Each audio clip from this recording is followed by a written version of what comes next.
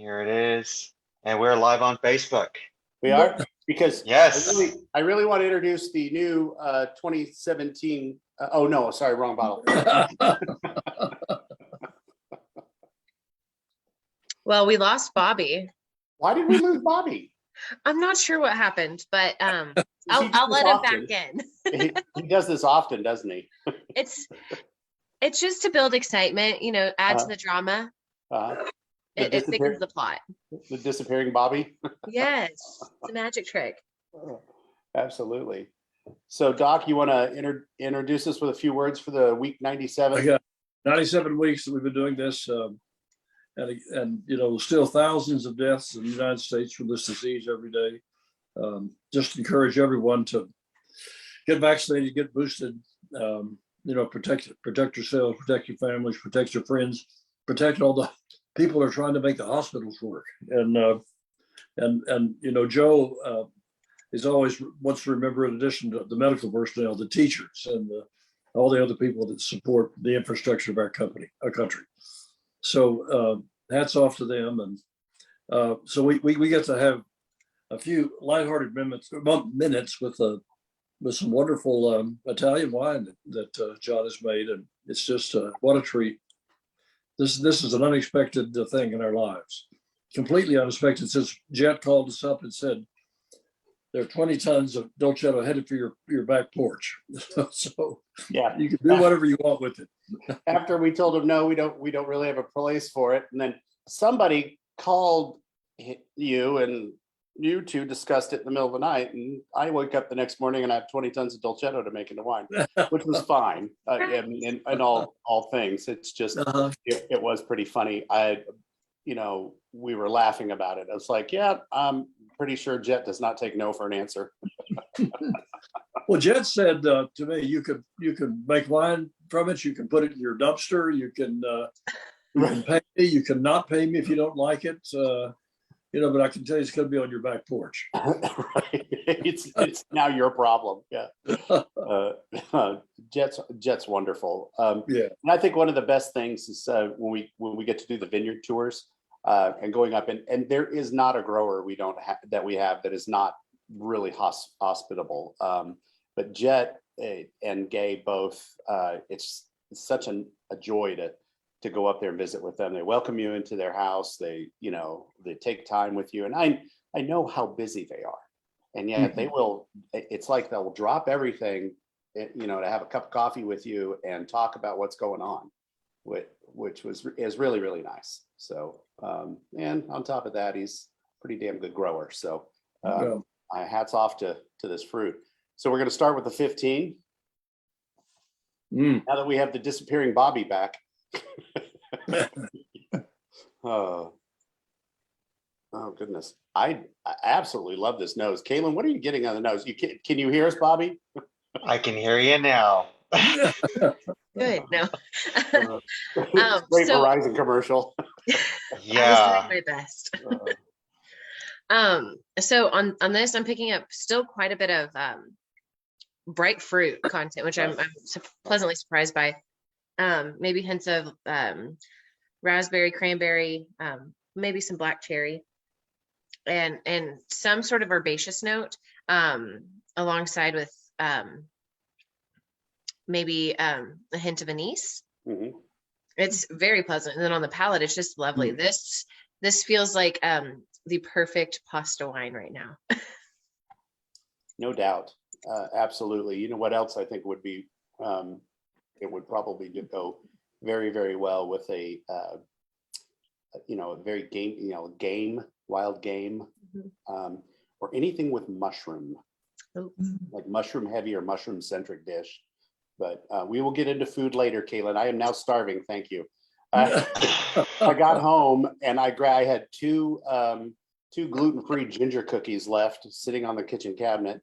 Now that Jody's not here, I don't have to worry about having cookies for breakfast. It's a well-balanced meal, cookies and tea. I recommend oatmeal raisin. Oatmeal cookies? Yeah. Yes. I love the 15. So, Doc, what do you think the longevity of Dolcetto is? I mean, well, I think Dolcetto grown in Italy is one thing. Dolcetto grown in Tokyo apparently is another. And Right. this wine, it's one thing to talk about the right food. We need to have some Italians with this wine. I mean, I think they need to taste this. If we order this in a restaurant in Venice or Paris or wherever, we would say, what a great bottle of wine you found. Really. And You said we need to have some Italians with this wine. All I could think of is welcome to Donner Barbecue.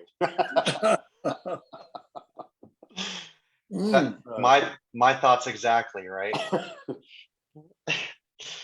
Oh, I think so. I wonder how many wine varietals that there are used, like old world, that are used in traditional AOCs. We've come to expect them to be either, long aging or short aging. How many of those can be reversed? I mean, like the Dolcetto, and looking at different things, I really don't find information on longevity, like 10, 20, 30 years. Yeah. It's usually they call it the little sweet one, is basically like a mortgage lifter. It was used to generate revenue. Yeah. But I don't see anybody else aging it for a long time. So it's kind of interesting. Now, No, go ahead, Bobby. I've heard that the acidity is usually a lot lower on this one as well, Yes, it is. rather than with Barbera or Nebbiolo. Mhm. Well, Nebbiolo is a whole creature unto itself, but even Barbera, Barbera's got such light tannins, it will not last very long. 5-6 years is probably your outside bet. Nebbiolo, of course, to make those beautiful Barolos, we're talking 5 to 7 years in barrel before they even bottle it. And those are just fantastic wines. But this Dolcetto is 2015, as Kaylin pointed out, that herbaceousness, Kaylin, and it's there.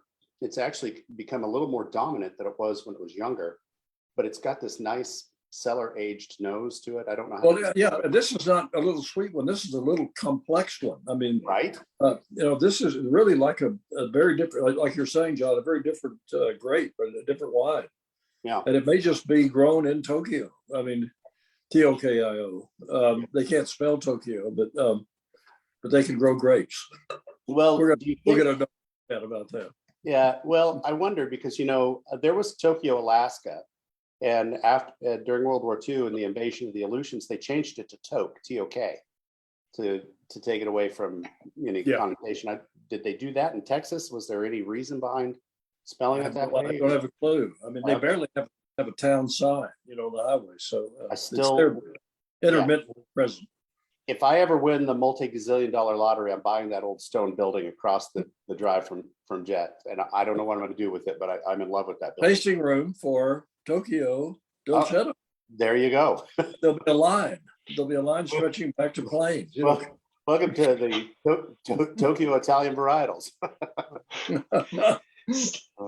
/ tiki bar. Yeah, there you go. and Texas tiki. Yeah. And everything else being confusing. Jed is Welch. He's not Italian.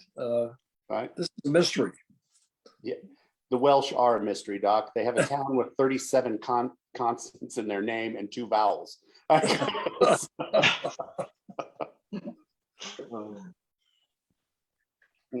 awesome. Anyway, Jed, congratulations is what I say. This is amazing, and I'm glad you dropped some. If you have any other wine you want to drop off on our porch, Jed, just call me in the middle of the night. Right. And we'll surprise John. It'll be fun. Thanks. That'll be great. Winemakers love surprises. Yes, that's exactly what I'm looking for in the middle of harvest. More surprises, just in case. So the raspberry, blackberry, plum, and spice are now have all migrated to spice and just delicate fruit notes. This is a wonderful wine. I'd love to pour this from somebody that had never seen it and just ask them what they think it is. It would be. I don't think Dolcetto is going to pop up on the list. Yeah, and so Susan, yes, the 15 is 100% Dolcetto. Now the 17 and 18, I blended just a small, like 2 to 3% of something else in, but the 15 is all Dolcetto. Something Susan was asking. Yeah, and the tannins hit the tongue nicely, according to Lynn. Very drinkable, standard wine, in my opinion. Yeah, well, thank you. Yeah, absolutely. Yeah. So what I love about wine is we run the gambit of the Vin Ordinaire all the way up to the collector's prize, 50-year-old, brilliant, just monster cab or whatever. I love everything in between. And I love the fact that it is confusing.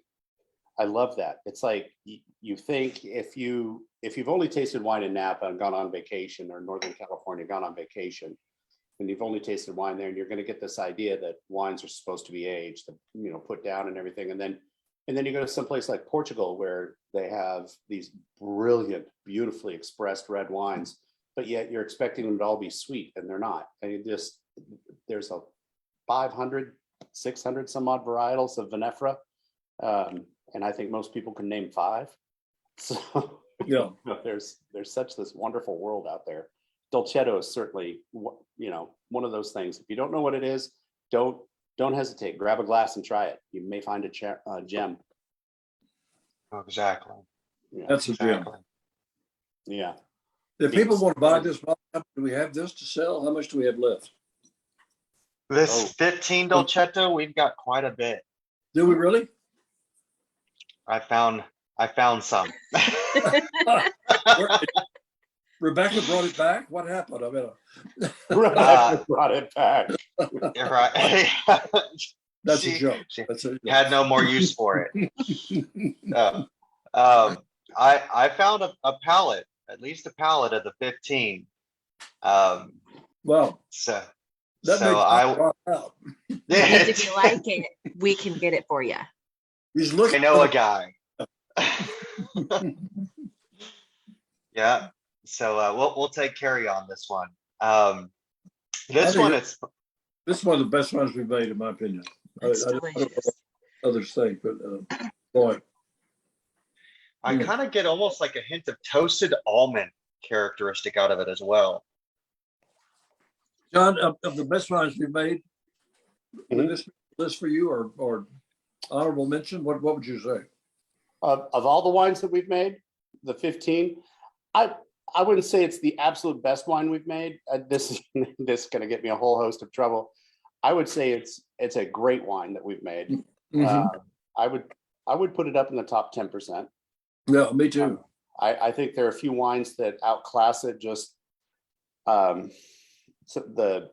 it's hard for me right now because I'm really going through the 2017s. We just finished bottling all of them. They're all out there, but they've had a few years to age and bottle, and now opening them, and that vintage is just incredible. 15 was an incredibly good vintage too, and it's a lost vintage, unfortunately, for us. And I think for most of Texas, because we came out of 2 years of dealing with low fruit yields. 15 was the first year after 2013 that we got back up to what we would consider an average or normal year. And it was a year that a lot of these growers had shifted from 2013. They shifted their viticulture practice, which gave us the 2017, but this was the first year you could start tasting the fruits of their labor, so to speak. There was a lot of input from a lot of different people, and we're starting to see with the 2015, 14 and 15 vintage, we're starting to see this uptick. 17, we're hitting this peak because of nature, the cross between nature and what man has done or farmer has done. And then we have that up to 19. And then unfortunately 20 and 21, we lost crop quantity, but we did not lose crop value or quality.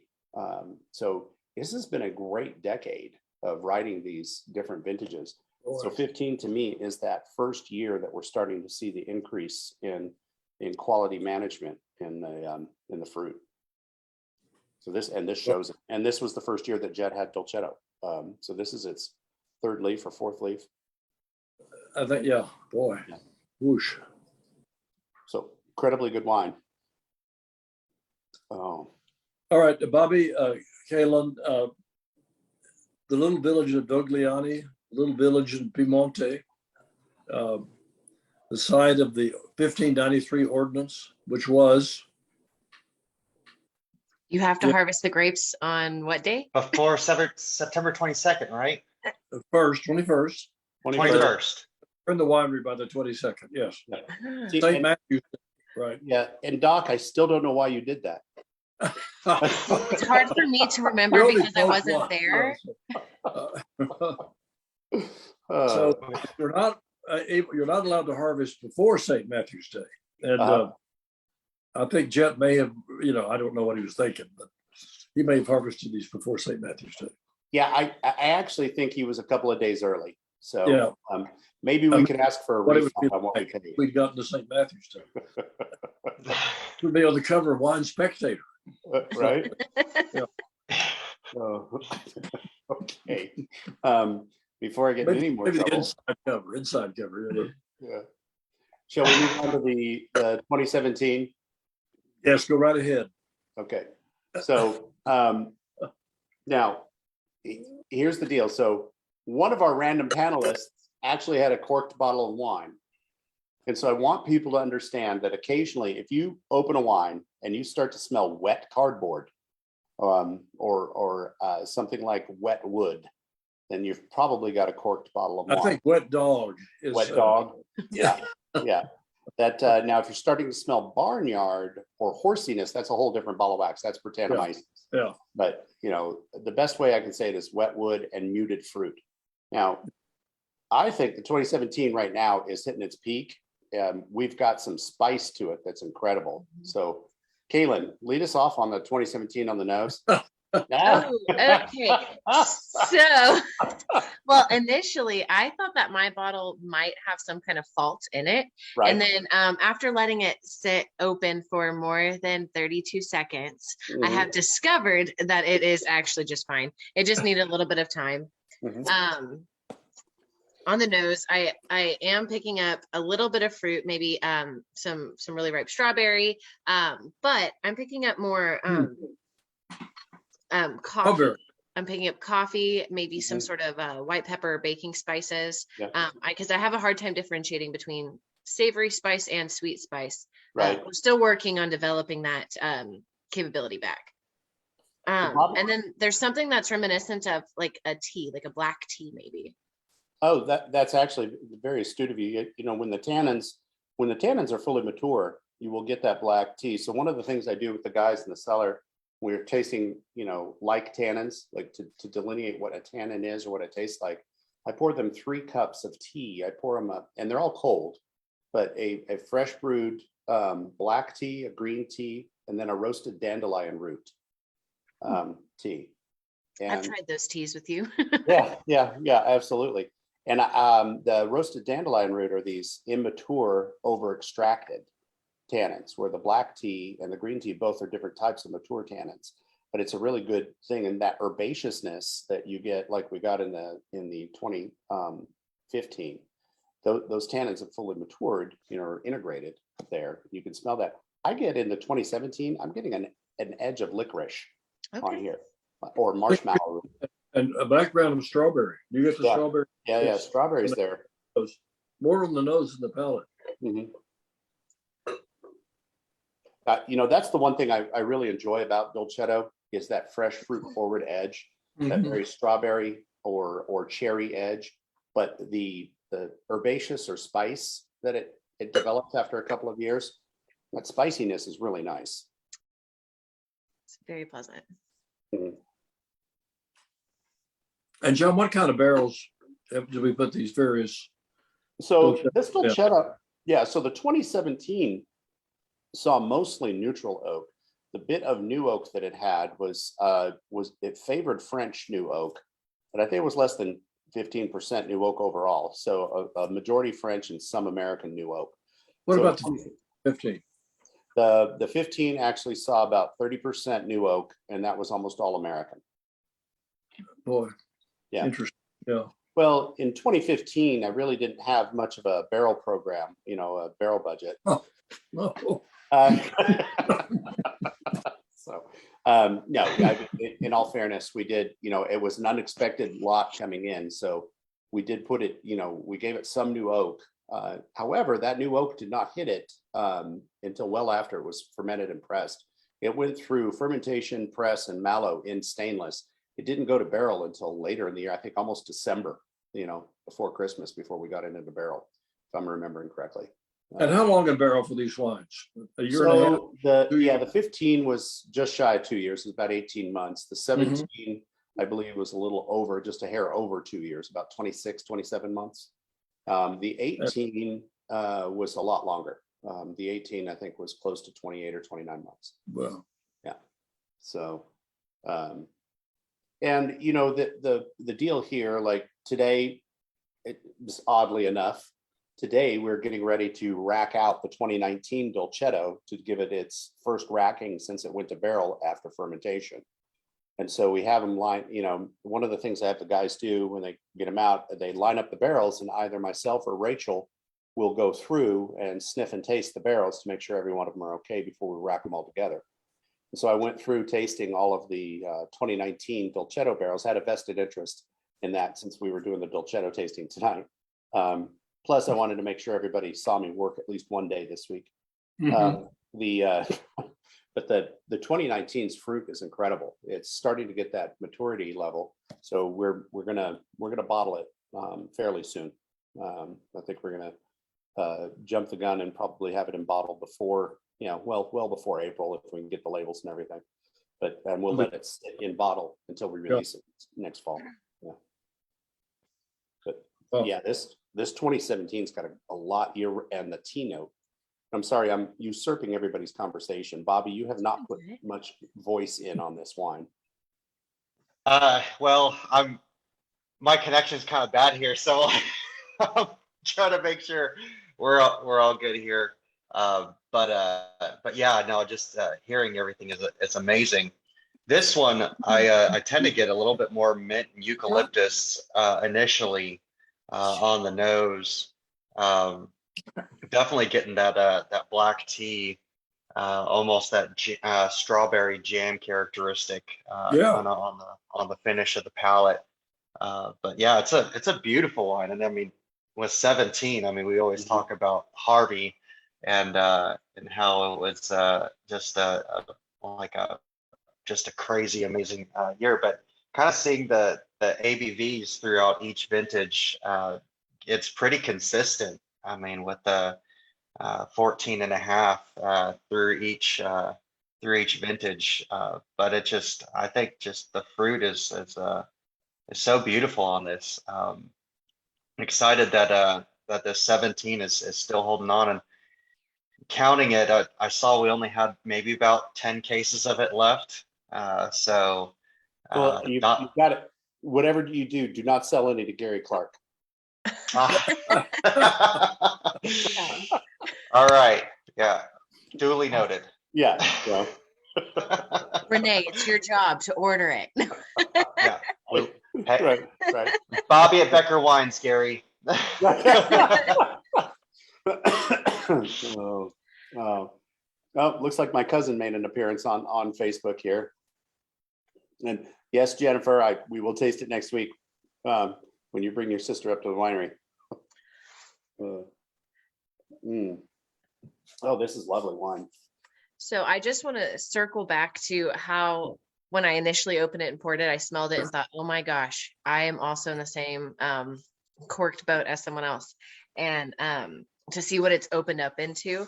And I think it just goes to show that if you open a bottle of wine, pour it, and immediately are not super jazzed or impressed, perhaps allow it a few moments to have some interaction with oxygen, because it can greatly change the wine. Because I smelled it, I tried it, and I thought there's no way. And it is incredible right now. So it just needed a little bit of time.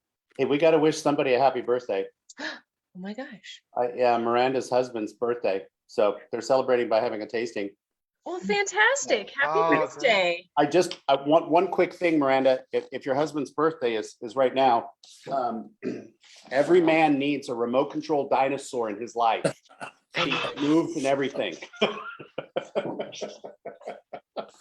It's a cat herding device. Oh, yeah. I torture my wife's cats with it all the time. It's awesome. Jody, I hope you're watching. Yes. She knows. This is being recorded. Yeah, exactly. Oh, Jeremy. Okay, so happy birthday, Jeremy. Happy birthday, Jeremy. Happy birthday, Jeremy. Okay. Wow, that is a really good. This Anybody is- else have anything to add? I know that 27. Okay, the 15 was good. The 17 is kind of nice. I'm really enjoying it. Mhm. Uh, Yeah. I'm excited to decant it a bit longer and see what else it can blossom into for me. right. Mhm. It's amazing Mhm. what 20 minutes will do. Uh-huh. Can Right. only imagine. Yeah, sorry. There's a mountain lion that's been circling around the base of our area. I just removed mine from my lap, and I'm worried that she's going to come up and terrorize the computer laptop he's been charger. looking at my Mac cord. I mean, he apparently doesn't appreciate that Apple makes all their money on replacement cords. Yes. Yeah. All right. So shall we move on to the 2018? Let's do Oh, it. Hey, that's amazing. Oh, yes. Here we go. Oh, man. Why is it such a different animal, John? Well, The chemistry's in the grapes, the barrel. yeah, let me pull this up. I want to make sure I get this right. I want to pull up. We did change the barrel regime quite a bit in 2018, and that was for grins and giggles, if nothing else. I tried to go to all barrels from Waco, and Yeah, I just wasn't buying it that year for some reason.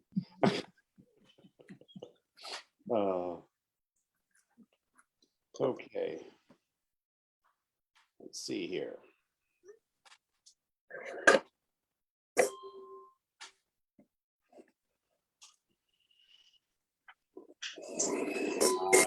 Okay. Yeah, this is a wholly different creature. It actually has a very small amount of Petite Syrah, like 2%, and 2% of Mourvèdre in there. that's Yeah. Both of those are there. Yeah. Yes, they are. So that's what's making this a bit of a different creature. Was the 15? It was only Dolcetto. Am I right about that? Yes, the 15 was only Dolcetto. Yeah. And the 19 you're bottling is. Well, we haven't decided on the blend yet. I have to wait for Dr. Becker's input. Actually, tomorrow and Friday I'll be busy doing some blends up. We've got several to get through, but one of the things that I was just tasting through the 19, and it's just such a brilliant wine. I'll try it with a tiny amount of Mourvèdre or Petite Sirah or something, or even Cinsault and Carignan. I'll go through all of the culprits, but the Dolcetto on its own on 19 is kind of nice. It does not have a lingering finish. It finishes rather abruptly in the back of the palate. However, everything else on that wine is just kind of nice. It's a very, very nice, medium-bodied wine. And John, I think typically Dolcetto in Italy is made in stainless steel or in totally neutral barrels. Right. And we not a lot of aging. Right? Yeah, it doesn't get a lot. It gets a lot of neutral or just stainless. So yeah. We treat it a little differently here, and we don't get the 19. I don't believe the 19 has any new oak on it at all. I think it's all neutral barrel. There's a fair amount of 2016 vintage barrels in that blend that I went through today. Yeah, we also didn't get a whole lot of it in 19 either. I think we only got about 10 tons. So does Dolcetto typically ripen a little earlier than other varietals? Typically, yes. Yeah. It'll come in before the Tempranillo. Really? Yeah. But it doesn't come in before St. Matthew. I mean, that's Yeah, Right. No, it does, and it's probably because we're not Catholic enough, I guess, in the High Plains. I think that's well said. Have to send the missions up there, right? Okay, Lynn, like Mourvèdre, okay, brings a boldness, I guess. More tannins would pair nice with foods for sure. Yes, John, quick finish, thanks. Okay. Okay, and Charles, yeah, so one of the things to answer about this, I think people are always a little surprised when we say what the hell are you doing, Kat? The so sorry, Kat just tried to jump up on my right side and missed and hit the wall. I didn't say he was a smart cat, but yeah. So one of the things we like to do, and I think it takes people by surprise, is when we talk about blending. You know, if I have Canada Cab and it's 100% Canada Cab in the bottle, and I have fermented that cab in 3 or 4 different lots, I've blended that cab back together to make that cab. Blending doesn't necessarily preclude the fact that you're going to use just one varietal, but it also includes that you're going to use multiple varietals too. It doesn't speak to one way or the other. It's just talking about what we do. That's why we smell and taste each individual barrel. You know, when you're talking about a 59-gallon barrel and it's aging and it's one lot, one press lot, one out of one ferment intake, and we put it into different barrels, each one of those barrels ages slightly differently. And so, you know, when we talk about having 4,400 barrels of wine in the winery at any given time, 2.5 vintage years worth, we have 4,400 unique wine containers. So it becomes when I seem distracted at the winery, or when people are like, don't talk to him, he looks really weird, crazy in the eyes. I'm like, yeah, I'm tasting through 110 barrels of the same Cabernet. I'm getting 109 different flavors. So, but the Dolcetto is remarkably consistent. And one of the advantages of doing it in stainless, like you mentioned, Doc, is that it is consistent. It is the same, you know, through the whole thing. So you are able to control the wine a little bit better that way. And it's prepared dry in Italy, John. I don't have a lot of experience with it. Yeah. Yeah. So yeah, the no, fruit, I don't.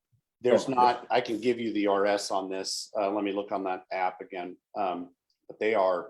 it tastes dry. Yeah. Let's see. Let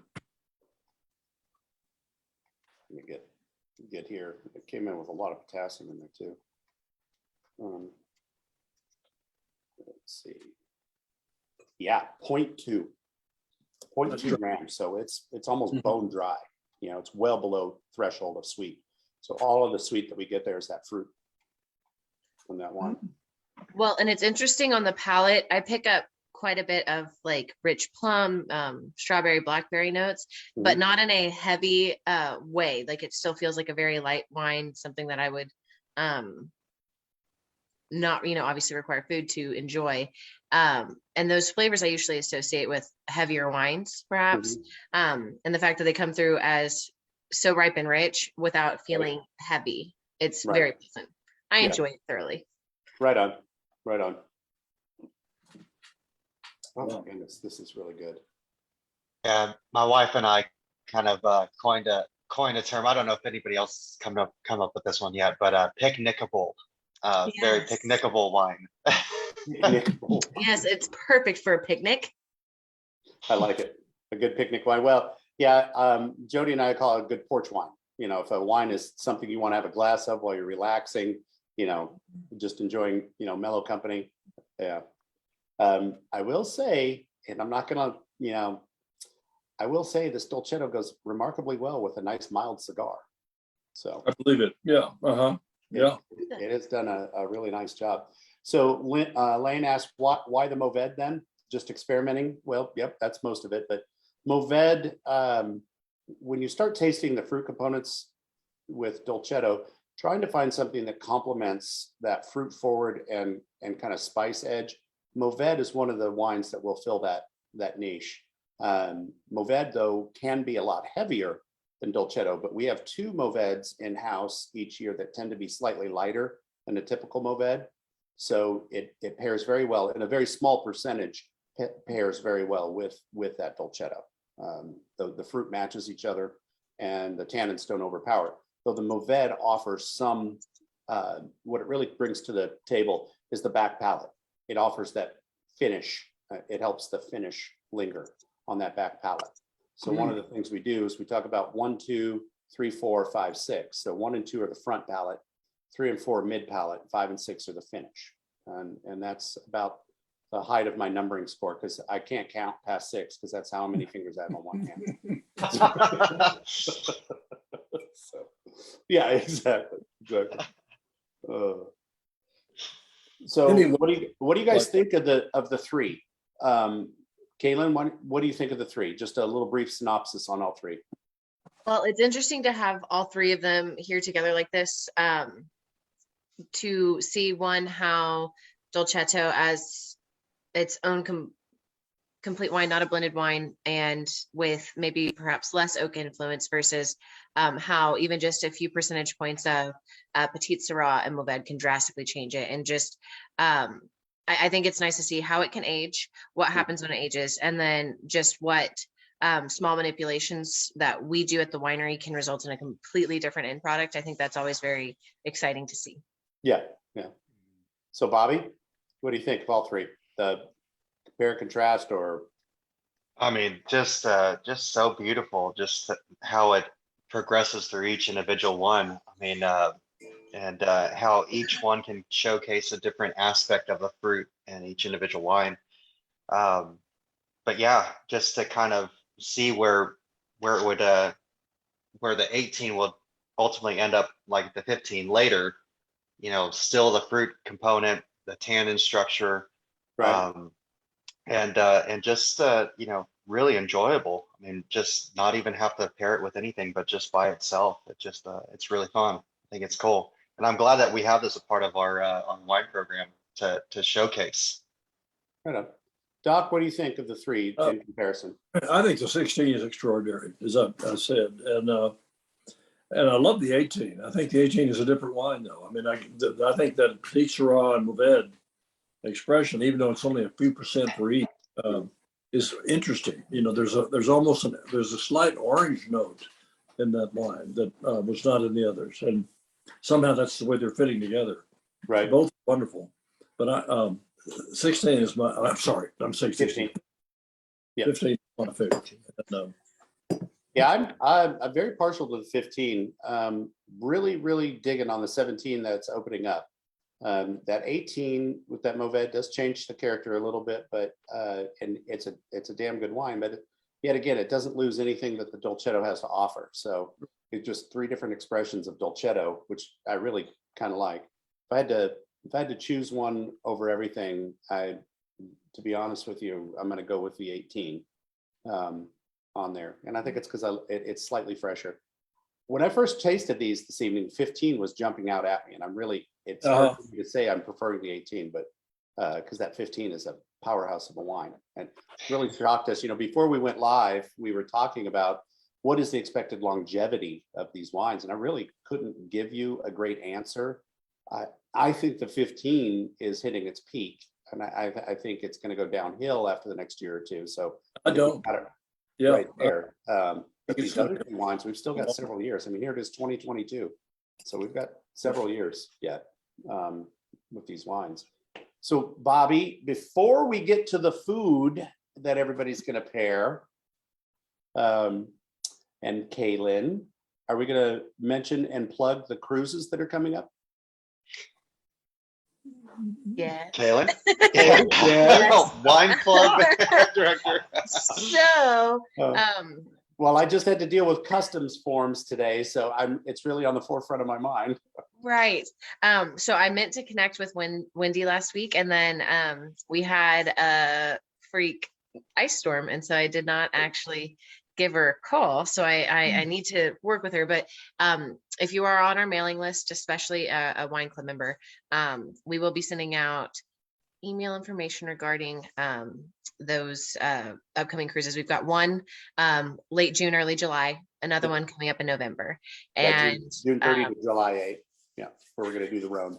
Yes, and they're going to be beautiful and fantastic. And of course, upon any visit to the winery, please ask your server, please ask them to find me, ask them for information about it. We'd be happy to share it with you. And with our next pickup party, we will also have quite a bit more information to share regarding the cruises. Perfect. So any news from the e-commerce section, Bobby? So we're gearing up to kind of showcase new wines that we're going to be coming out with, but we definitely want the wine club members to see what's coming out in their shipments first before we release kind of a big email blast of new wines that are coming. I've got the next 3 weeks of virtual tastings lined up. So we're going to do a 3-part series coming up on the road to double gold. So we'll be doing silver medal winners next week. The 2019 Chardonnay Reserve, 2019 Malbec that's in distribution, and the 2017 Canada Family Cab. And then we're just kind of going to go from there up to the double gold. So that's what we're looking forward to. And doing the metal wines for the next few weeks. That's awesome. Yes. Yeah. Yeah. So not to say anything bad, but that should keep us busy for the next few months. Yeah. Yeah. Oh, Miranda said our Bordeaux got canceled last year. Still crying about it. Like, we are doing the Bordeaux in 2023, in July of 2023. So, a little over a year away. With us. Yes. Yeah. Absolutely. And Doc has promised to show us where he got some of the first purity laws passed for the wines back in the 15 and 1600s. So. I'll make an effort. All right. So real quick food. Kaylin, let's start with you. What would you pick a wine, pick a food? Okay, for the 2017, I want eggplant parmesan. Ooh. That's what I'm after. Okay. 2017 eggplant parmesan sounds awesome. Bobby? 2015 with some kind of salmon dish. Okay. I'm thinking of like a king salmon, maybe a little pasta. Yeah. With that, that'd be nice. Right on. Doc? I want a bolognese that was made with a wonderful 30-year-old Burgundy, but I want to drink it with the 15 Dolcetto. Oh, that sounds bolognese. Sounds really good. Oh my. Yeah, absolutely. John? Absolutely wonderful. What? John, how about you, sir? I'm thinking elk medallions with wild raspberry sauce and the 2018 Dolcetto. So I'm definitely not doing a vegan or vegetarian dish tonight. It just hit my head. So I think the Dolcetto would go great with some certain games, but I'm still going to stand by my mushroom centric dish. So I just think it would do very, very well. Anything with truffle and Dolcetto, I think would be great. A great mushroom soup with this would be. Oh yeah, absolutely. Oh yeah. Okay. Any final words before we sign off and let these folks go and make their wonderful dinner and enjoy their wines? No, but thanks for the wine. Thanks for the taste. Wonderful. Appreciate it. I just want to raise my glass to everybody. Thank you for sticking with us and thank you for all your support. But more importantly, we hope you enjoy a glass of wine and great company, and we'll see you next week. So cheers. Cheers, guys.